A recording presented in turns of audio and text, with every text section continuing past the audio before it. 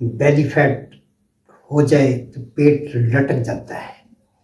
لٹکا ہوا پیٹ صرف بدصورت ہی نہیں لگتا، آپ کی خوبصورتی کو مان نہیں کرتا، اس سے بہت ساری بیماریاں بھی پھیلتی ہیں.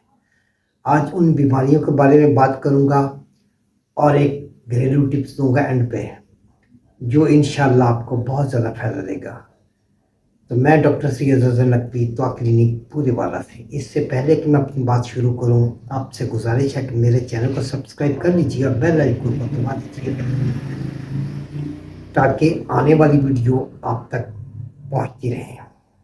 بیلی فیٹ بڑھنے سے ہائی بلڈ پریشر ہو سکتا ہے، ہائی کولیسٹرول ہو جاتا ہے، آرتھرائٹس ہو جاتا ہے، سانس کی بیماریاں ہو جاتی ہیں اور دل کی بیماریاں ہونے کے چانسز بڑھ جاتے ہیں.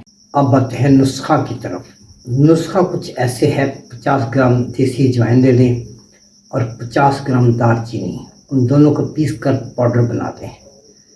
پاؤڈر ایک ڈبیا میں سنبھال کے رکھ لیں. 1.5 کپ پانی کو گرم کرنے کے لیے رکھیں، اس میں آدھا چمچ اس پاؤڈر کا ڈالیں اور اتنا ابالیں کہ آدھا کپ رہ جائے. اس میں اپنی مرضی کے مطابق میٹھا ڈال کے ایز اے کعوہ پئیں روزانہ صبح شام. انشاءاللہ تعالی دنوں میں آپ کا پیٹ کم ہو جائے گا.